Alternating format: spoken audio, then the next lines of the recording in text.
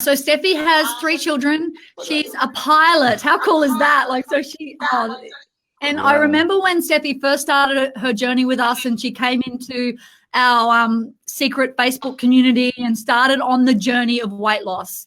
And she's been nothing but inspiring ever since, committed. And obviously she's been through a few rounds, because last I checked, she has lost about 36 kilos, but I'll check in with her in a second on exactly what her weight loss is to date. But she's so inspiring. She's out there doing all these amazing events now and just exercising, loving life with her family. Everyone at work that she works with as a pilot is so inspired by her. I remember at her birthday, they even baked her a gluten-free, really healthy cake because she's just inspired people, and not because she's told them what to do or not because she has tried to drag other people into her journey. She just knew for her, now's the time, and I need to start and change my life for myself, my girls, and my family, and feel better. And by doing that, and without dragging anyone else in or needing anyone else for her to get healthy, she's inspired other people around her, which is what it's all about. A lot of people ask us all the time when they come in and start the journey is, oh, my partner's not ready, or this person's making it difficult for me, or it's really hard. But guys, when you're ready, you're ready. You know, you've just got to do it. And it doesn't matter what anyone else thinks. You just go on your journey and you're focused. Because when you combine a thought, something you want to do, like you really want to do something, and you combine it with action. So I'm just trying to show you guys my fist. So you combine it with action, you're unstoppable. You know, nothing can stand in your way. So you've just got to take those steps forward. And that's what Steffi's done. And that's why she's had phenomenal results. And she's been able to stay committed more than just 8 weeks. It's a lifestyle change for her now. And it's about more than just losing weight. It's about how she feels, the person she is now. And she's still an amazing person before, but she's just re-engineered a better version of herself so that she can be happier. Yeah, I started this journey. I found this journey. I was sitting on a beach on vacation last summer, and I was so fed up because I was just sitting down in this big beach basket, and my kids were playing around me. My husband was playing around me. They were pretty much in action all day long, and I just sat there and I had no energy for anything. And I was once quite a fit, athlete, and I've turned into this couch potato, and I was just so fed up with it. And I was scrolling through my phone, and I found Charney and Julius on Facebook on an ad, and I thought, I think I'm ready now to change my life, because I just wanted to have energy to keep up with my girls and with my husband, and to be this, fit family instead of like a couch potato one. Yeah, that's how I started. And it took me, we were still on vacation for about 2 weeks, and it took me like 2 weeks to read through everything and get everything ready, and most of all get the mindset ready, and I set a date, and then I just started, and I never looked back. Did you tell everyone where you live, where you are in the world? Have you told them? Oh no, yeah, actually maybe I should do that. So I'm actually originally from Germany, and I've been living in Iceland for 22 years now. Wow. I came here, I was an au pair for 1 year, and then, yeah, now it's 22 years later. I never left again because it's an awesome country. Could be warmer. So, yeah, stuff like that. How is your health? I've got a question for you, Steph. How's your health? Because you've got an important job. How has your health affected your work? Well, I was, as I said, I was an athlete before, and the health was fine. It's just that the energy was, I was definitely way overweight, but health was okay. But of course, it's much, much better now. I always had problems with inflammations, muscle inflammation, stuff like that. Never knew and never thought about taking out dairy would totally help with that. I took out dairy and I'm fine. I can train, I can do everything, and of course, blood pressure, everything went a little better, and it makes me better, better health for my job and for my family. So yeah, actually, I'm glad you brought up the dairy comment, because we get a lot of people so scared about taking out dairy or eliminating wheat and things like that. And how we explain it, and you explain it really well as well, Julius, is that when you've been having something all your life, like whether it be dairy and bread and pasta, and you've been raised on it, you don't realize whether your body's actually coping or not, because your body's just learned to cope. And you may not be performing at your best, and your body may be holding so much inflammation. So part of our program is just eliminate these things. Whether or not you bring them back in after you've reached your goal is entirely your choice. But for a lot of people, they don't, because they feel so good without dairy. And if you've been sort of doing your own research and you understand a little bit about calcium and dairy, you don't get calcium from dairy. That myth kind of went out the window a very long time ago with a lot of research. So if you're only having dairy for calcium, then there's so many other more beneficial ways that aren't going to be so detrimental on your body, because dairy can cause a lot of inflammation. It can also cause a lot of mucus within your bowel and your digestion. So it would be slowing things down for you, and you may not know. So that's why all of our crew, they eliminate it. They can just imagine you've got a canvas. Your life is your canvas, and over your life you've been, putting paint on it and more paint and more paint. What the program does, and what by eliminating these things does, is it allows you to reset your body. So imagine clearing your canvas so that you start fresh with this blank canvas of life, so that things aren't holding you back, certain foods aren't holding you back. No, I just say that it's totally normal to feel that way, because when I read this, I thought, no dairy, are they crazy? You need dairy, and everybody, it's like, limiting beliefs. You need to educate yourself about what you do, and in the beginning I thought it was crazy, and then as I said, after a week I already felt the difference, and I thought, oh, they're right, let's do this. And then my mom actually mentioned, oh yeah, you had a milk allergy as a kid. I was like, what? So she Thanks, actually, as a Mom. baby, I refused milk. She never knew, never heard of that. And she said, yeah, you didn't, you refused it because you kind of, maybe you felt it wasn't good for you, I never wanted milk. After she stopped breastfeeding me, she only breastfed me like 1 or 2 months. So I never heard that before. And she said, yeah, I knew that. And I was like, why didn't you tell me? Like, yeah. Thanks, Mom. Thanks, Mom. Yeah, thanks, Mom. Like 40 years later, or 42 years later. So thank you. That's so important you've shared that, because so many people they are so blocked off to what they've always done and what they've always heard, that it can stop that growth and that learning and that new opportunity opening up for your body and your health. Yeah. So we've got a question straight up from Cindy. She just actually wants to know, how did you work on your mindset before you even started? Like, what did you do to get started? Yeah. Okay, well, I've been working on my mindset for a long time. So it's part of my job, and it's part of being an athlete and doing long distance triathlons and stuff. But I pretty much went in it, and I was doing my IAMs, and I was pretty much telling myself, okay, if you're ready to do this, you will do this full force, and you will adopt a no excuse attitude. So whatever excuse there will be coming, and there were a lot of excuses, and there are like a lot of excuses still every day. I need to be prepared. So I imagine, I having a baseball bat. So whenever one of these, excuses pops in my head, or these thoughts, oh, you can have that little thing, you only live once, let's have it, stuff like that. The baseball bat comes out, and you pretty much just throw it out and you keep going, and that is like one of the most important things. Mindset is everything in this journey. If you don't have your mind straight, and in the beginning, I always, when in a group someone asked something, I always said, you need to train your mind first, because the body will follow. If the mind is straight, the body will follow. But it doesn't work the other way around. You cannot do this. If your mind is not set up to this, it won't work. Very simple. So cool. And that's why you're such a huge asset and so inspirational in our community, because when people do have those excuses, I see you in there saying, you can do this, and you tell them, don't worry about that excuse, and you really are inspiring. Thank you.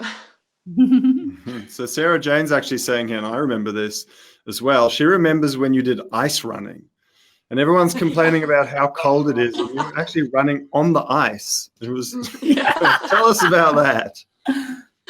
Yeah, well, I mean, if you live in Iceland, there was a lot of people coming up when it got winter, and it's interesting because you always have someone in the winter, because you have so much from the southern hemisphere and from the northern. So in the group, there's always someone having winter. And some people are like, oh, it's like 10 degrees out and it's too cold to run, and I was like, 10 degrees, that's our summer, like, stop complaining, and then I shared some pictures and some videos, because I did week 8 the week before Christmas, which is like it's the darkest time of the year here. We only have 4 hours of daylight. It was snowing, the track was full of ice, and stuff like that. And I had to do, 8.3. I remember, I love that workout. So I went on the track and I ran on the ice, and I felt awesome, I mean, it was just snow. And of course, you need to be dressed for it. You need to have some proper shoes, and I use some shoe covers with some spikes on them and stuff like that. But you can totally run outside, and it's nice. I hate treadmill running, so I never do it unless I have to, and just do it. It's actually fun. It's so important, because a lot of people, what they think is, poor me, I have to go for a run, rather than what a cool experience and what a cool challenge to be able to go through something like that. Like that, to me, I'm jealous of how much you had to endure just to be able to do a quick workout. That's so cool. It would have changed your mindset and made you see how much more you're capable of just by doing that. It's actually fun. Just do it. I mean, try it. Run in the snow. I agree. I haven't run in snow before, but running in the rain, or just thinking that the weather has to be perfect to get out there and do some exercise you will never go out here. Your opportunity for fun. Yeah, and doing things that other people are afraid to do just really sets your mind up for some empowerment. It's really cool. Yeah, you discover a lot about yourself. Most often, just turn off your brain and just do it. Yeah. Yeah, you do. That's so good. That's how you do it. So tell us, Steffi, what was it like to start? Oh, to start, yeah, that was. I keep telling everybody that I have no idea how my family actually survived the first week, because I'm an all or nothing person. I either do something all in or I'm all out. So, and that's something I'm still working on now, because in maintenance it sometimes backfires, because the all in can still happen. So the all out, I mean. So yeah, I was all in, and I pretty much cut everything out. In addition to the program, I completely cut out caffeine, and I was super lucky on day 2, starting my monthly visitor. So which makes me usually very crappy too. And yeah, so pretty much I detoxed, or I don't know if you're gonna call it detox or whatever, on everything. And I was not a fun person to be around, that's for sure. But I told my husband, and I said, you know what, I'm doing this. You need to be full supportive. I'm probably gonna be hangry. I'm gonna be crappy. I'm probably gonna yell. But it will all go better, hopefully eventually, because everybody on the group was so supportive and said, it will get better by week 2 and stuff. So I just did it, and we survived. We all survived, but it was tough. It was tough. My body was, the sugar. I didn't know I was so addicted to sugar. And the best thing was that I got headaches on day 2, and they lasted for about 36 hours.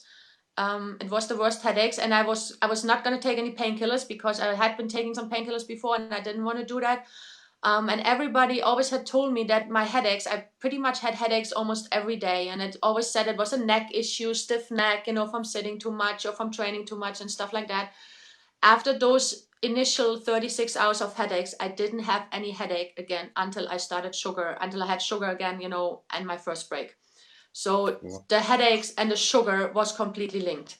I didn't have any headaches for the remainder of round 1. And I was so happy. Just this alone was like, oh my God, like no headaches. So just this alone was worth it.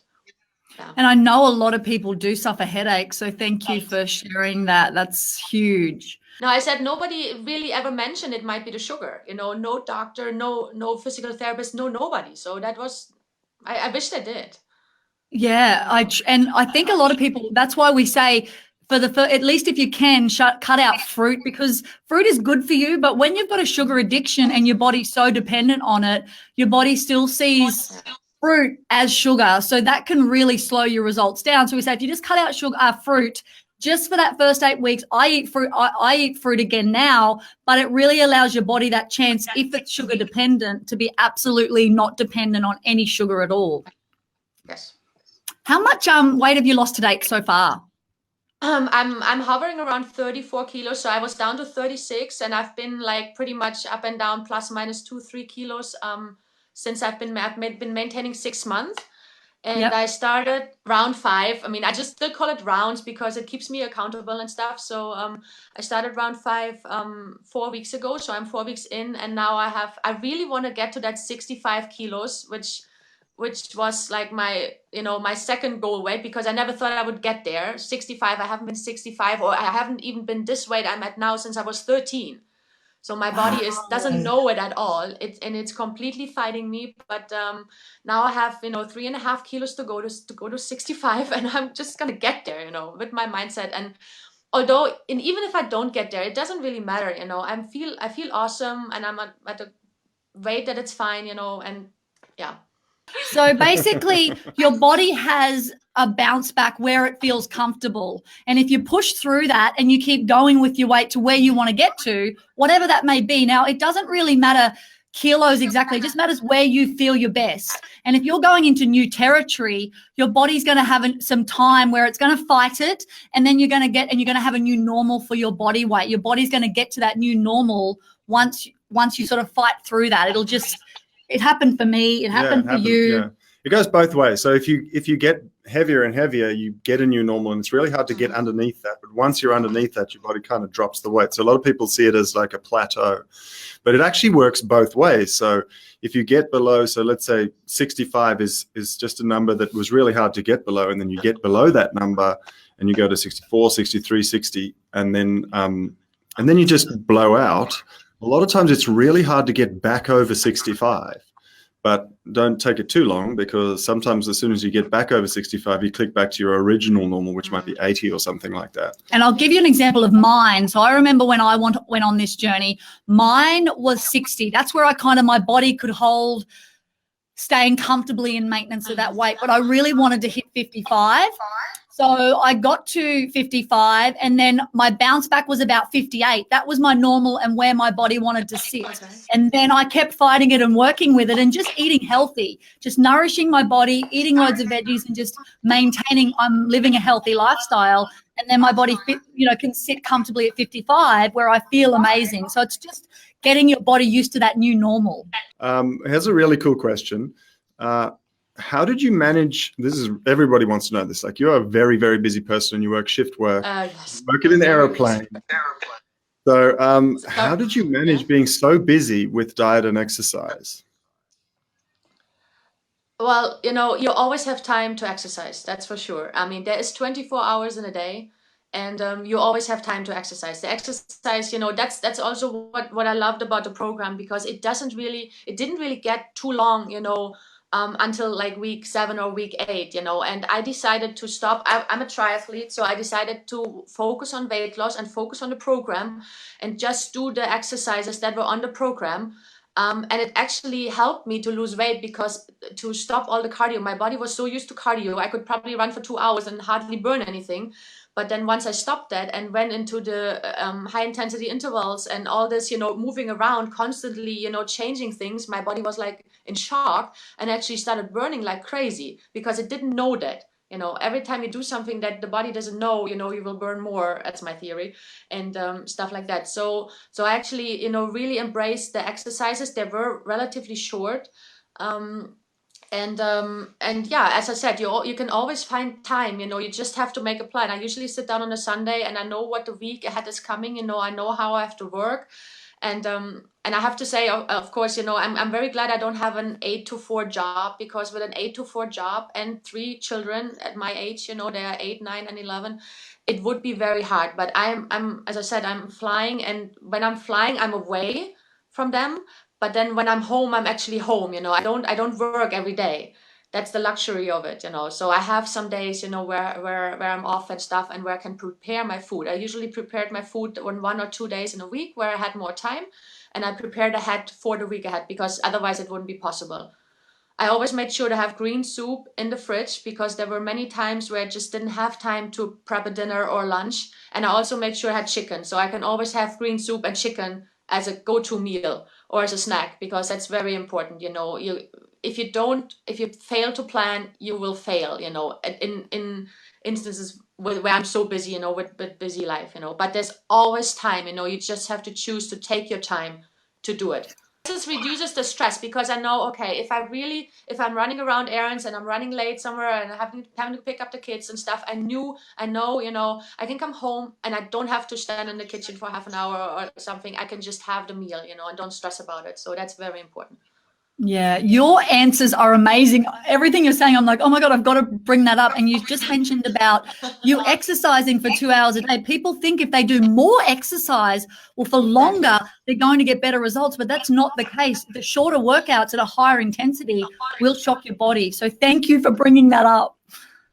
Yeah, I keep telling people, everybody says, especially in week 1, oh, the workouts are so short, I feel like I'm not doing anything. And I said, and it's my theory, I'm not sure it's true, but I believe that especially in week 1 and week 2, the workouts are designed to be relatively short because the body is so busy inside, detoxing and getting rid of the crap. It's already working out in the inside. You don't really need to add much more workouts, on the outside. But of course, if you come from especially when you come from training like I did, it feels like you did nothing. And I can understand that many people think they need to do more. But more is not always better, especially not on this program. Just trust the program. I keep telling everybody, trust the program. It works. Just do what they tell you to do. Don't add half an hour running every day or whatever. Just do it. It works. It works perfectly. Yeah, and that's so true. And the reason, that's part of the reason. The other reason we do is you've got to give yourself somewhere to go. If you go out and do everything you possibly can in the first day, your body will adapt. And then in week 2, you're going to have to do more than that to be able to get a result. We're just trying to get a result. And also causing injury as well. People go out so hard, so fast in that first week that they end up either losing motivation, getting so sore, or getting an injury or whatever, and then they just have nowhere to go. Yeah. Like you said. Exactly. And one other thing is that especially in week 1 and week 2, I felt, I was coming from, I was a runner and a biker and a swimmer. And I remember doing week 1's 5K, and I hear a lot of people, there was one post yesterday about this, you feel you have no energy. You go out and you run and your body is just saying, no, we're not running today. And even my arms felt heavy. I remember running and I couldn't keep my arms up because I had no energy, to keep my arms up.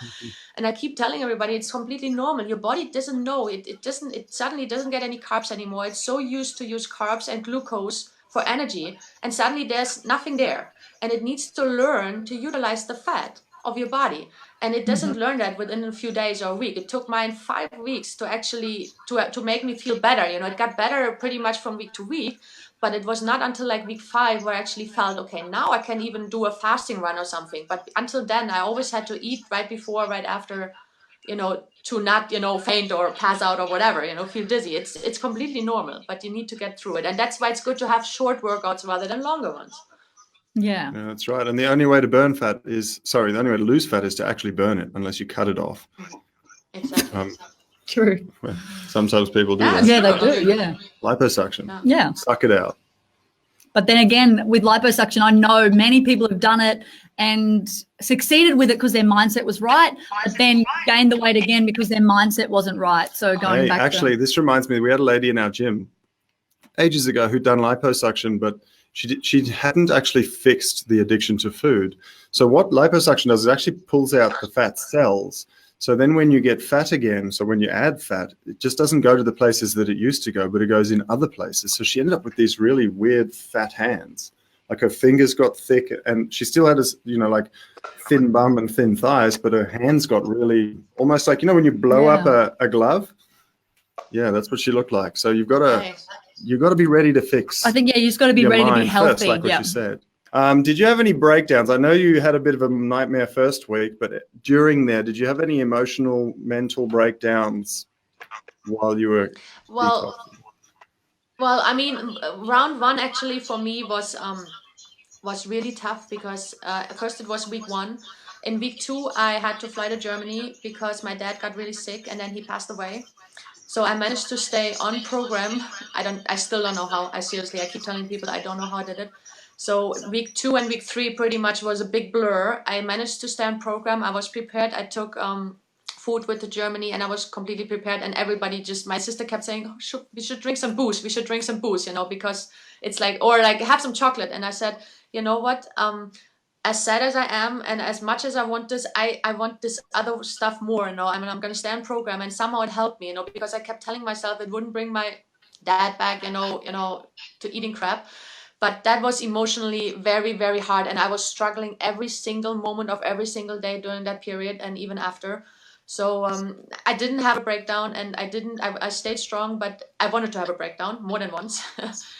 And yeah, it continued. Then I had shoulder surgery in week 5, so I couldn't exercise for a week, and then I couldn't run for 4 weeks. So everything it played with your emotions and it played with your mindset, but I just kept staying strong and found other things. I could bike instead of run. I could do this instead of, doing shoulder workouts. So, but yeah, I didn't really have an emotional breakdown. No, it actually got, the more, the more focused I was, the better I felt. I felt I was in control, and that I'm a control freak, so so yeah, that gave me actually good feeling, and not really, no.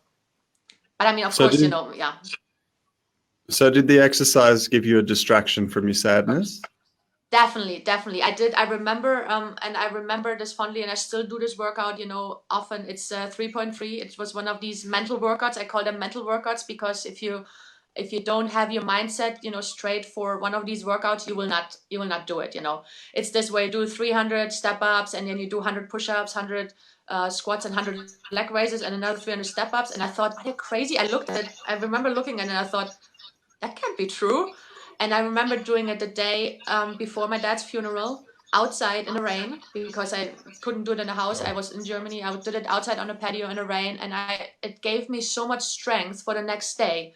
And of course, exercise, it gives you the little endorphins, that make you happy. And I wasn't really happy, but it gave me strength and it helped me through this time. So exercise definitely helped me. I exercised through, and that got me through it. Yeah. Okay, and then with that, did it work the other way around? Did you know did your father give you some inspiration while you were doing your workouts and while you were going through this?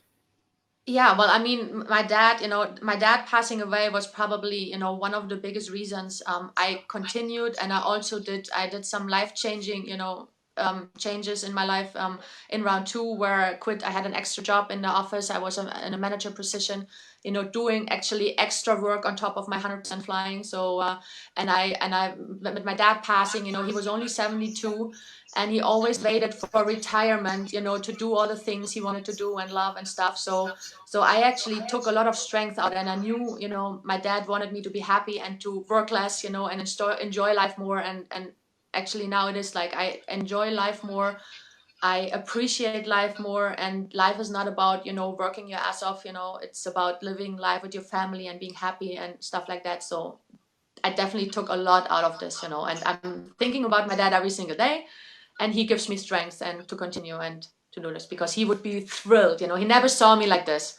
He never. I mean, I'd lost like about 8 kilos or so but I never saw him awake again. So he never saw me like this, but he would be incredibly happy for me. He's your number one fan. Who sees you Yeah, now? he's watching me from above. So Right, Yeah.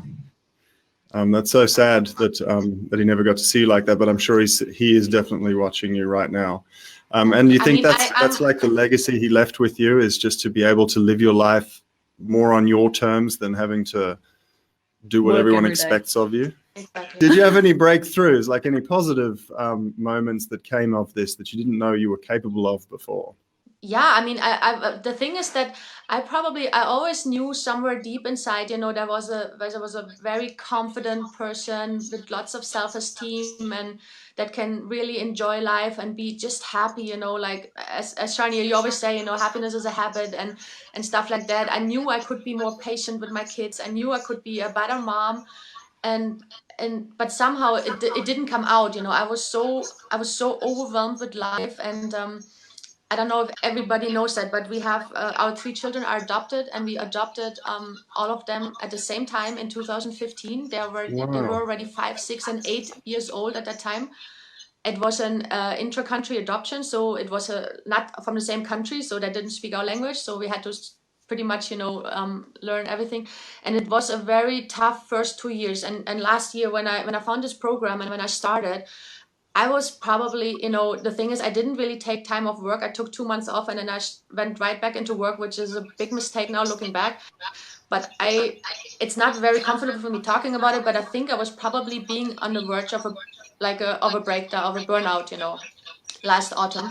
And I didn't enjoy my kids anymore. I was so overwhelmed with everything in life, and I was being so busy, and starting this journey and realizing, I can I don't have to be this person. More and more of this real, Steffi came out and on the way, and which led me to, quit this office job, and which just led me to make decisions, that were better for my family. I started to become, a better mom, and more patient and more happy and more confident with myself. I knew it was always in there, but it never really came out. And somehow with this program and with the diet and the exercise, I turned my life around completely. I always say I got my life back, which I did. I think I kind of lost myself after we had the children, and it was suddenly not Steffi anymore. It was just mom and stuff like that. But I found myself again, and I found, what I want to be and how I want to continue my life. So that was a big breakthrough for me. That's for sure. Yeah. And I will be That's so forever grateful to you guys, for this. It gave me my life back. Thanks, That's for sure. Steffi. Well, Thanks, this Steph. brings up such a good point here. Is a lot of people, as you get older, you become so much more mature. You think you're meant to be mature, and the fun person, the fun Steffi goes away, and the work Steffi comes out. And it's the same with us. It's the same with everybody. But nobody is that, because if you look at your kids, they're not that sort of person. So no kid is ever like that.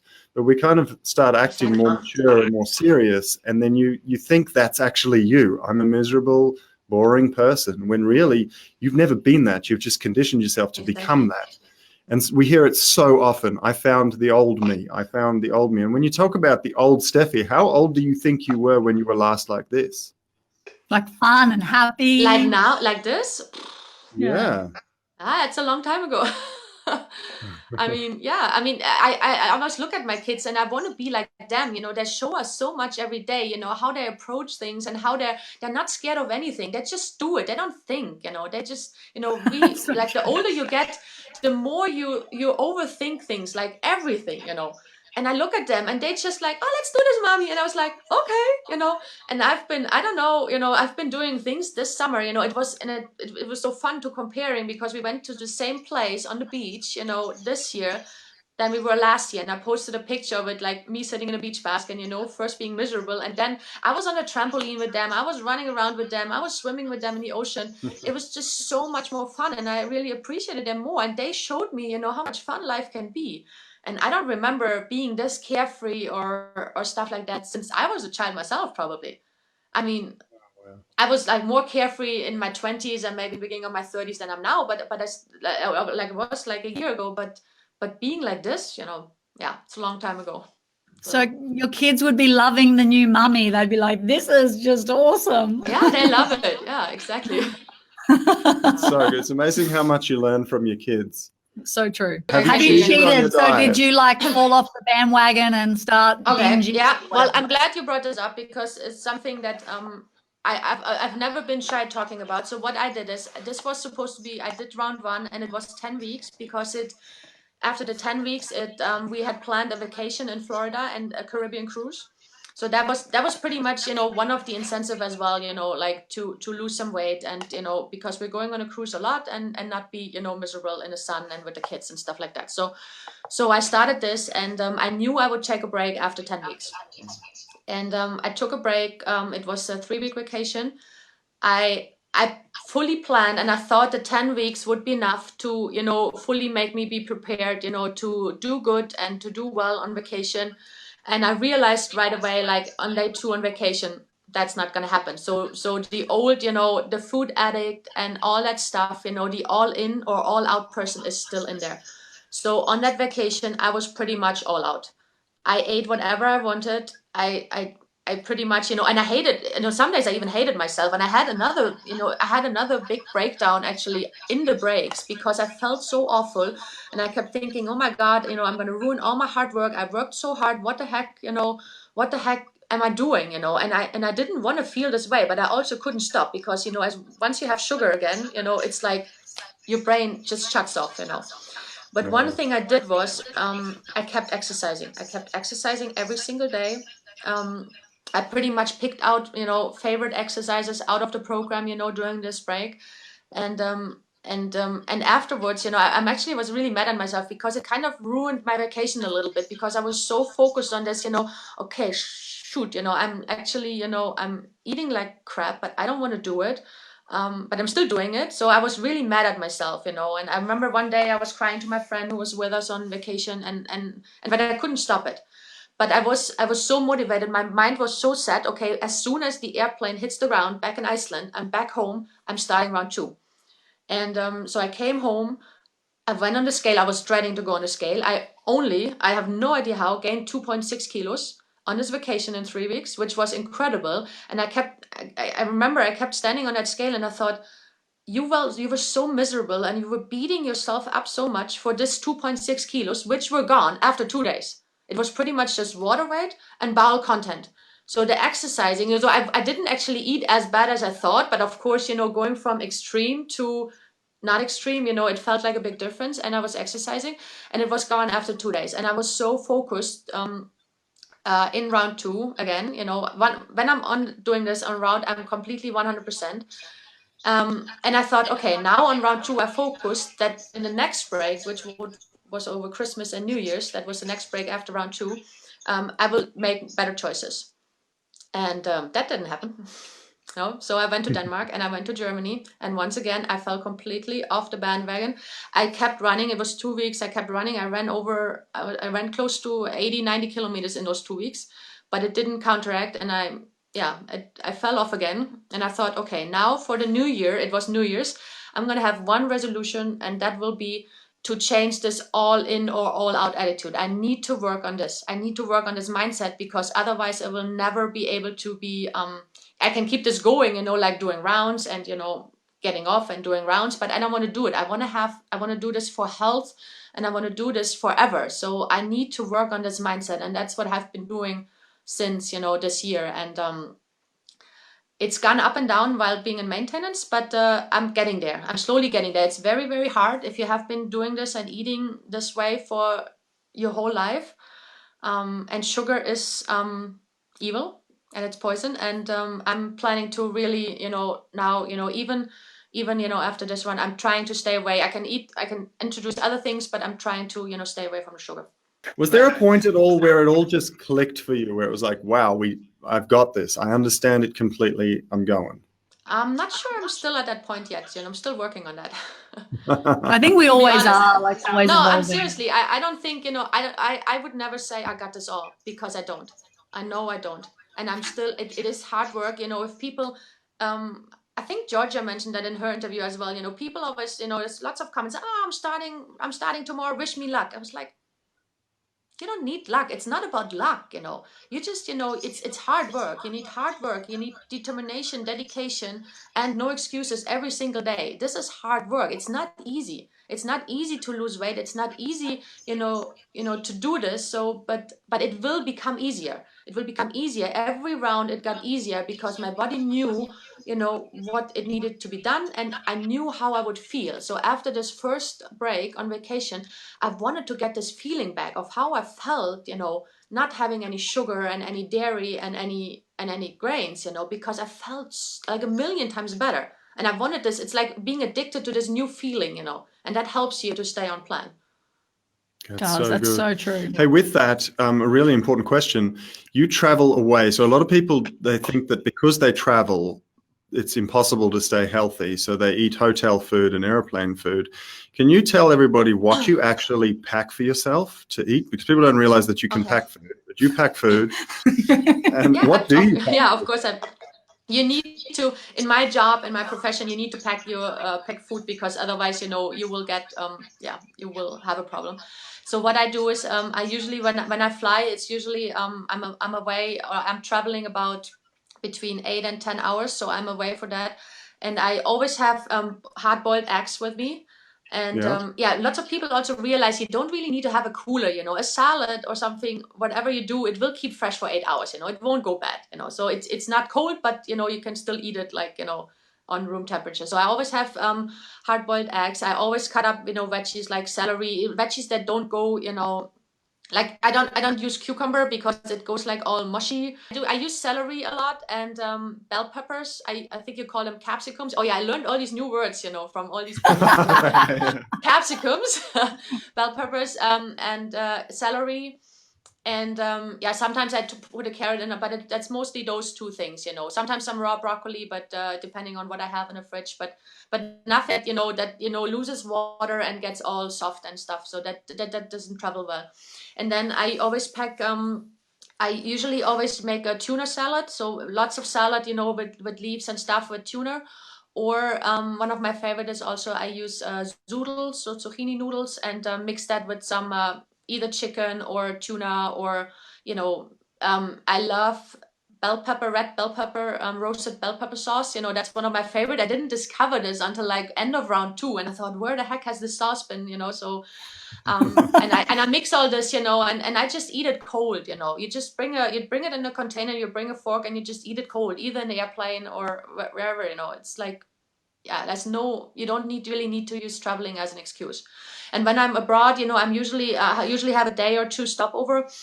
I always go in the supermarket. That's my first way I'm going to do. And I buy some salad, I buy some capsicums, bell peppers, and all that stuff that I can have readily available. It doesn't really, I was once in Belgium for 4 days and I didn't have a fridge. So of course it was more difficult.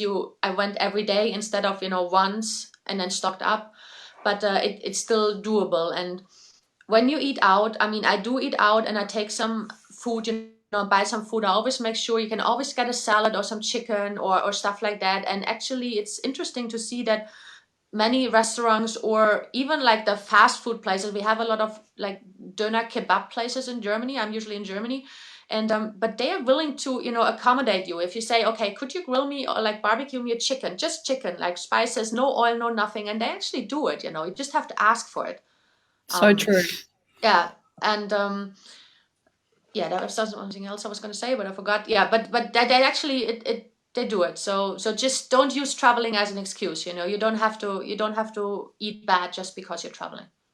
Yeah. I'm glad you brought that up, because we travel as well. And a lot of people, even whether you travel or not, if you're out and about and you've got to eat out, people are accommodating. Restaurants will accommodate for you. Exactly, They'll take the sauce off. They'll grill your chicken with no oil. They'll cook your vegetables with no butter and oil. You just got to ask and just be specific. And we've never had a problem. Everyone's always been so accommodating at anywhere we've eaten. Yeah, I know that people are afraid of, I don't want to make a fuss and I don't want to make them any problems and stuff, but just, it's your health, you asked for it, and they usually do it. But another thing is, and I realized that this summer, because I was very, very busy this summer and I was training a lot for this half Ironman I just did. And it's also, it's a shame how difficult it is actually to find healthy food on the go. And I wish there would be more. I mean, I don't know if it's different in other countries, but especially Germany, it is so much easier, unfortunately, to get something unhealthy quicker than something healthy. You really have to search for the places, where you can get healthy food. And that's actually really a shame, because, if there would be more places like this, then it would be so much easier, and not so challenging. But yeah. But it's people like you. It's people like you that are really taking your health seriously, and that's how the world will change. And healthier places will pop up more and more. Yeah. The more people, the more demand. Mm-hmm. So you're doing the right thing. Okay. Well, tell us about the first time someone noticed your weight loss for you, Steffi. Well, I get asked that a lot, and because yourself, I didn't really notice, that I was losing, and I couldn't really see it because I see myself every day until I lost close to like 25 kilos. And I remember that when I was close to 20, one of my colleagues, we were out in the evening, and he mentioned to me, and he said, oh, by the way, someone mentioned, that you look so good and stuff, but they don't dare telling you. They don't dare telling you and giving you the compliment, and I said, why not? He said, you probably, maybe some people are afraid, because if they say, oh, you look so good and you lost so much weight, they're kind of like saying, oh my God, you were so fat before, So I remember that a lot of people, I actually didn't really mention it until I was probably close to 25, 30 kilos down, when everybody started to like, oh my gosh, you're like a whole new person, when it was so obvious that they couldn't really hold back of saying something anymore. And and that gave an extra boost, of course, to you. But I didn't really, it's not, one thing I really learned about this journey, it's not what other people think. I couldn't care less, I really couldn't care less. It's about Yeah. me, and how I feel. And I knew I was, losing weight, and I knew I was feeling better and being happier. So even if nobody would have noticed or nobody would have said anything, I couldn't have really cared. It's not about Yeah, them, it's about exactly. me. I couldn't care. And I love how you just put such a positive spin on it, rather than people going, oh, I can't believe that person didn't even say anything. Clearly I've looked like I've lost weight and they didn't even say anything. Whereas it might be not that they're jealous. It might be just that they don't want to in any way offend you. So they just decide they don't know what to say. So they just say nothing. Exactly. Yeah, exactly. Is there anything you can do now that you weren't able to do before, like a surprise benefit? People call them NSVs in the program, non-scale victories. I can do burpees. Oh, that is huge. That's a big deal. That is a big I still deal. hate them. No, I'm trying to work on my mindset. So, um, I really wouldn't say that, because although I was overweight, I wasn't really the person who was, if I really wanted to do something, then I would do it. But for example, I have horses, and I've been doing a lot of horseback riding, but I wasn't really doing that a lot when I was at my heaviest at 103 kilos, because I don't know if you've ever seen Icelandic horses. They are like ponies, but they're still strong. But I didn't really, I didn't really want to do that to my horse, to go riding and stuff. So, but I've been enjoying that much more now that I lost the weight. I'm not as hesitant anymore of doing things, since I'm like, lighter and stuff. But I was never really the person who, who took the weight and didn't do stuff. So, but of course now it's much more fun to do it, because you're much more fit and have more energy to do all these things. So. So yeah, talking about the kids, Steffi, what do you feed them? Everyone always wants to know, when you get healthy, they're like, well, I can't feed my kids that. What do you say? Well, okay, to be honest, in like round one, I was so, because I'm not the best cook, and I don't like cooking. I don't enjoy it. I don't really, my husband cooks much more than I do. So I was so focused on doing my own food that the kids usually ate something else, something my husband made or something else I made for them. But it has evolved in things that, they're sometimes eating something different, and I make them something different. But often, when I make, chicken or fish or stuff and vegetables or salad, they eat that as well. But of course they get, some carbs as well. They get some healthy carbs, have some, brown rice or some pasta and stuff like that. And they eat tons of fruit. I'm very lucky with my kids. They eat a lot of vegetables and a lot of fruit. So we always have fruit here, which has been difficult for me on times because I buy them a lot of fruit. But you can actually feed them the same way as I'm eating, but of course you need to add all the healthy carbs. They need the carbs, and they need the fruit, and they need all that stuff. But there's actually no excuse, doing it. But sometimes I do, and in the beginning I actually got mad when I wanted to try my food, because I usually made like enough for me, and I was like, Mommy, can I try? And I was like, no, it's my food, but of course that has changed, because the more I realized, oh, they're interested, and of course that's a good thing, so let's make it for them as well. It's so now they're pretty much, it's about half and half, that they eat, something that I make for them or something I make, and then That's amazing. Do they like capsicum? I mean, red bell pepper? Yeah, they like it. That's Yeah, as I said, I'm very lucky. They pretty much like all vegetables and all fruit, so I'm very lucky with my kids. And for people that their kids aren't eating vegetables, just keep putting it in front of them and keep you eating it. They will come around eventually if it becomes normal to them. So don't give up on them, and just constantly keep inspiring them with the healthy food and vegetables, and eventually they'll come around. It may not happen overnight for every child, but it will happen. Yeah, but one thing I want to mention is that actually I realized in round two, two of my daughters actually came and said, "Oh, we want to eat like you, and we want to lose weight and stuff like that," and because they saw mommy doing it, and I was like, "Oh, whoa, now like red bells, alarm bells," because my kids are actually quite skinny, and they rather need to eat more than less. And from then on, I actually changed my, because I always said, I can't have this, I'm losing weight. I completely changed it to, what, I want to eat this way because I want to have more energy and I want to be fitter. But I never mentioned the losing weight part anymore, because, my oldest is 11, and she's like 30 kilos. So she's a super skinny mini. And I didn't want her to to think, or either of them to think, I'm doing this only to lose weight, so it changed from a losing weight in round 1 to actually doing this, because I want to be healthy and happy and fit for them and for everybody, so the approach completely changed around when they mentioned this, I want to lose weight, and I was like, no, we're not doing this. So now whenever I say, I also changed my saying from I cannot have this to I don't want to eat this right now.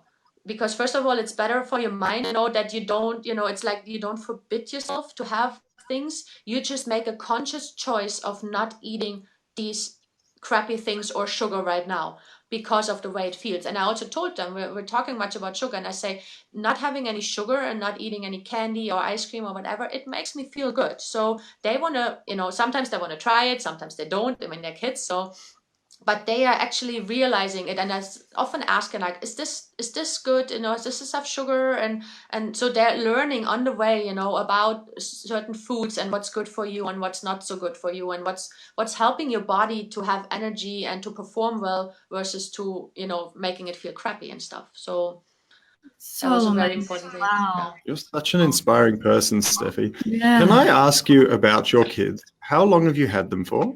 Did you say 2015? 3 years. So yeah, 3 years. Because this is literally the most selfless thing anyone could do, is to adopt kids the way you have, and you've got 3 of them.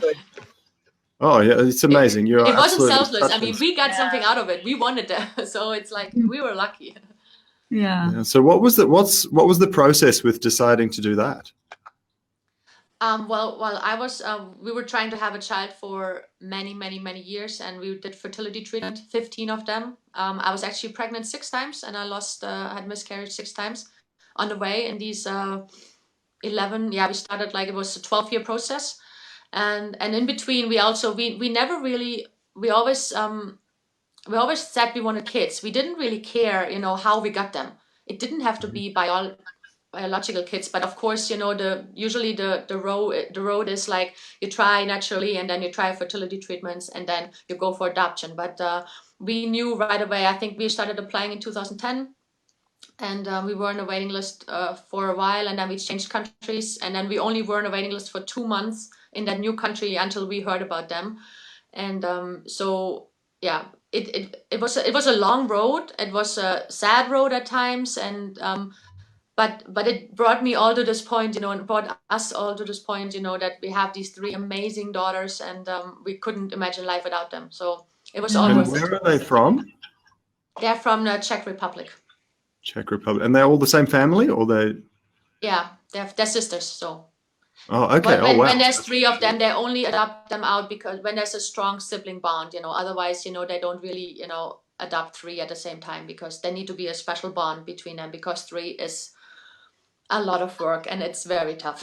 Oh, yeah. What's it like going from no challenges. kids to 3 kids instantly? What was that like? That was insane. It was crazy. Wow. Yeah, it's really hard to describe it to somebody who hasn't done it. It is absolutely crazy. And you didn't have, these small kids. You had these kids, who all had already their personality. They were speaking, they were fluent in their language. We spoke like a few words, so that was really challenging in the beginning. And it's still challenging to date, because kids like this, they come with special challenges that maybe biological children don't come with.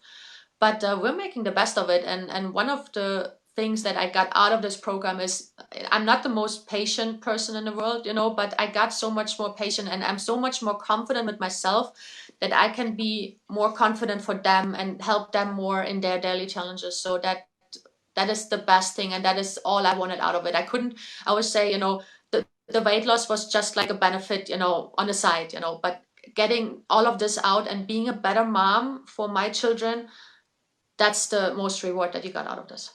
So. Yeah. Oh, man, that's so fortunate to have you. And we're so grateful we met you. Like, you honestly inspire us on the day on so many levels with who you are and how you help others. You just are so inspiring. And I know everyone listening right now and everyone that's met you and knows you is the same. They're like, wow, Steffi's so inspirational. And that's just another layer of the type of person you are and the type of heart that you have. So much to you, Steffi. Like a lot of people, they only achieve one area in their life, but there's so much to you. You're such an amazing person. Yeah. So thank you for us being a part of our world. But it's funny actually that you mentioned that, Julius, because for a long time, I always thought, okay, I'm so successful in all areas in my life, except for weight loss. It was somehow this, I was a perfectionist. I say I was, because I think that is also something I turned around in the last year, because I realized at some point perfection is not real and you cannot really, achieve it. So I had to let that go.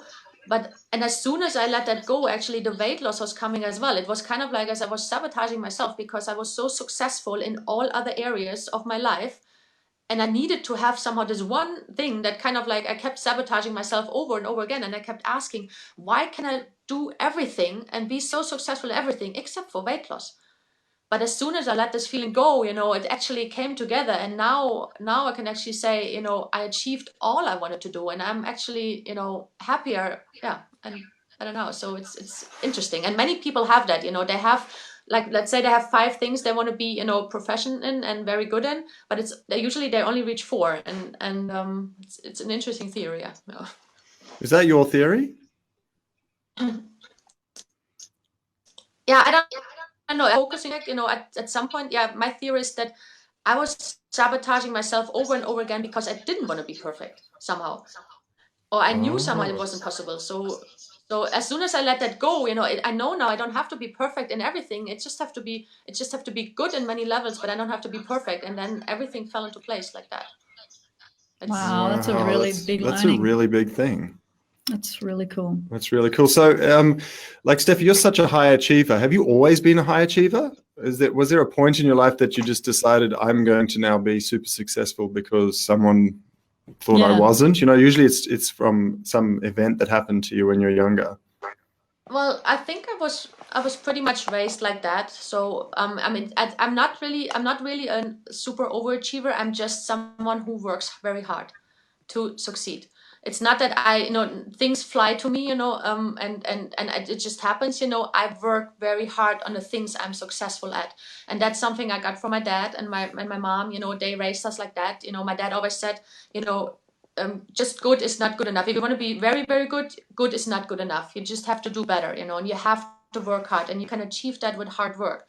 So it's not that things are just, coming to me. I've worked very, very hard for the things I am successful in. And that's what it's all about. If you want to succeed in something, you have to work for it. It doesn't come to me. There's no magic pill. There's no magic about it. If you want to do this, you need to work for it, and you need to be determined and dedicated. So do you actually say to yourself daily, I need to work harder? Is that something that's part of your psyche? Not anymore, no, because I'm fine. I think, as I said, in the last year, I've come such a long way. People who know me, I'm a completely different person now than I was a year ago, because I realized I don't need to be super successful in everything. I can be average in everything and still be happy. And I'm still be a good mom, and I'm still be a good pilot, and I'm still be a good wife, and I'm still be a good athlete. I don't need to be super successful in it all. I don't need to be that. I'm just happy the way I am. I'm work hard, to be good, but I don't need to be super good anymore. Not for me, because I found the self-confidence and self-esteem.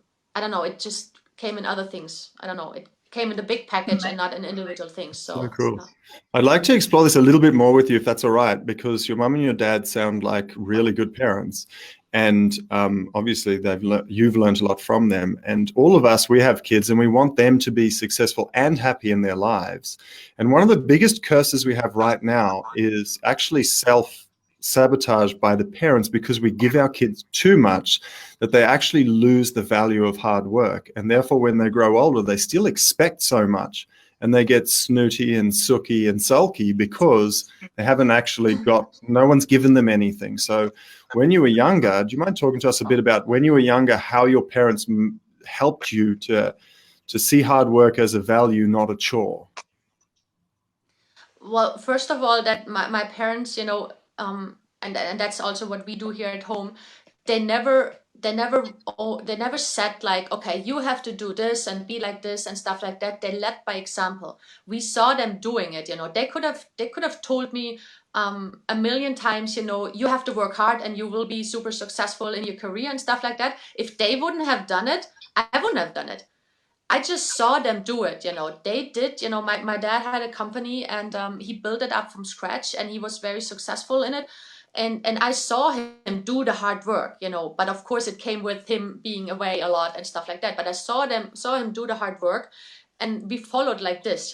If you tell your kids something, they won't believe it. You can tell it that a million times, but if you lead by example, if you do things, and you watch your parents do things, then you do the same, kind of. And I have two siblings, and we're all like this. We're all like workhorses because our parents worked for what they wanted. And Wow. they always said, they always showed, you need to, if you want to have something, you need to work hard for it. And I'm doing that also with my kids. My kids know that, to be honest, in the first 2 years, they were a little spoiled because, of course, they were kids from an orphanage. They had nothing and they got a lot of things. So you have to be really careful to not fall into that trap, of giving them everything. But this is something we have also turned it around. We have showed them, and we lead by example, that if you want something, you need to work for it. It's that simple. You don't just give it. You don't just get it. It's like, yeah. And so can I just keep going with this, because this is such a huge, important thing for parents to realize, is you feel like everything inside you feels like you want to give your kids everything. How do you go about making sure that you don't do that and take away the opportunity for them to learn to do it themselves? Yeah, so for example, the other day, my daughter, my oldest daughter, she has a phone, a smartphone now. She's 11 finally, and she wanted a newer phone because her friend had one. And I said, okay, well, then you need to, save money for it. You can save money from your pocket money, or I showed her ways, to do it, and I said to her, okay, you can work for it. She's babysitting, once a week. You can, do some chores that are outside of the normal chores they have to do anyway, and you can collect the money. And at the end of the time, you will tell me again, was this worth it, buying a new phone? Because you technically have already a phone, So it's like little things like this, do you really want to spend all that money that you earned hard, you worked hard for it? I wanted to see her how long it takes. It probably takes her 3 months to earn all that money that she wants. Is it really worth it to do all this to get a newer phone, although you already have one, because we're like people, we don't drive super new cars, and we could drive super new cars, but we don't want to. We choose not to, because the car drives perfectly fine even if it's older.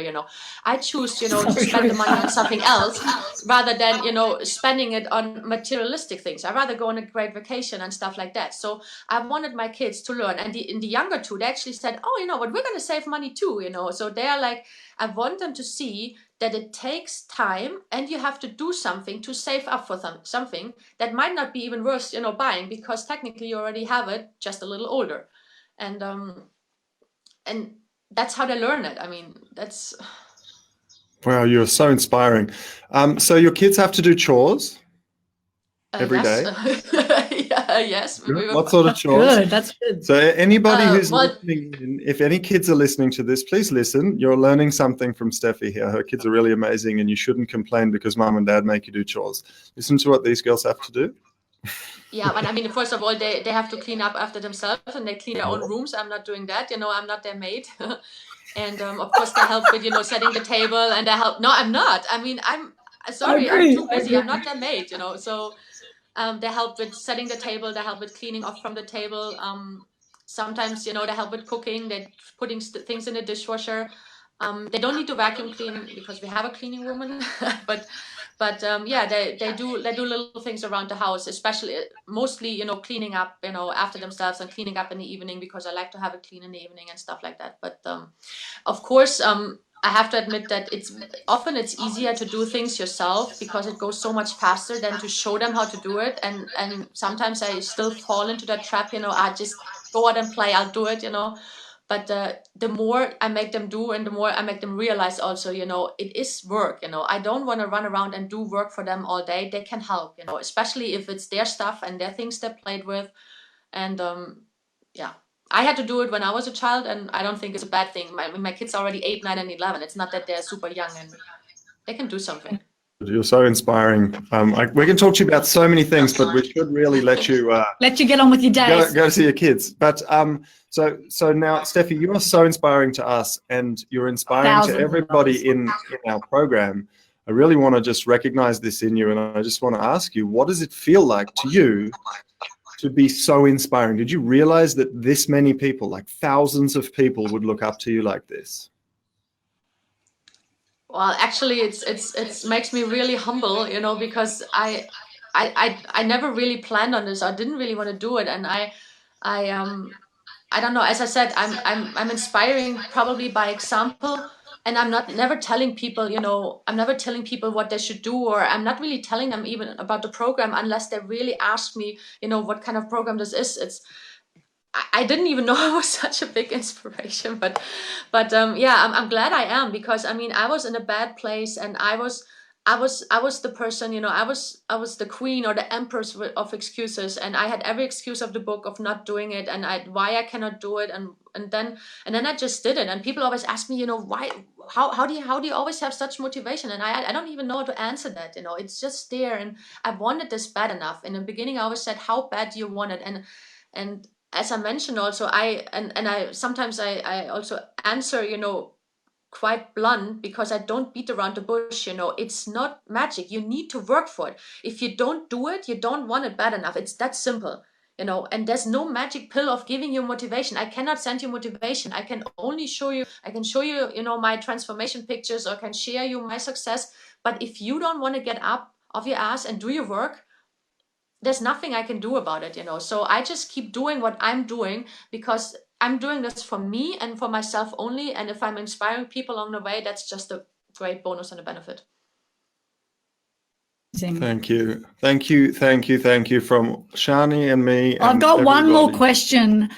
So 1 year ago, when you started, or when you started the program with us, what would you tell that Steffi now? Like, what would you say to her? Well, I would probably say to her, okay, you can do it, take it one day, one meal at a time. Don't think about the big picture, which I sometimes did, and then it got very overwhelming. Just take it one day, one meal at a time. You will get there. It's so worth it. And yeah, the first week, it's probably put yourself to sleep the first week, so you sleep through it once you detox. that was a hard week. So but just do it. It's worth it. It changes everything, and your life is so much better now. So cool. Yeah. Well, thanks everyone for tuning in and listening to how I know everyone right now. There's so many people watching, going, "Wow, wow, more questions." Yeah. Keep her talking. But we've been chatting to you for an hour. It's just been so amazing to listen to. Your answers have been so inspiring. Yeah, you're just amazing. So thank you so much. But I'm just so glad you came into our world. You're just amazing. Everybody thank you for coming into my world. I mean, that's oh, stop it. Keep going. Cool. Thanks so much, Steffi. Thank you, Steffi. Thanks everyone for tuning in. Thank you.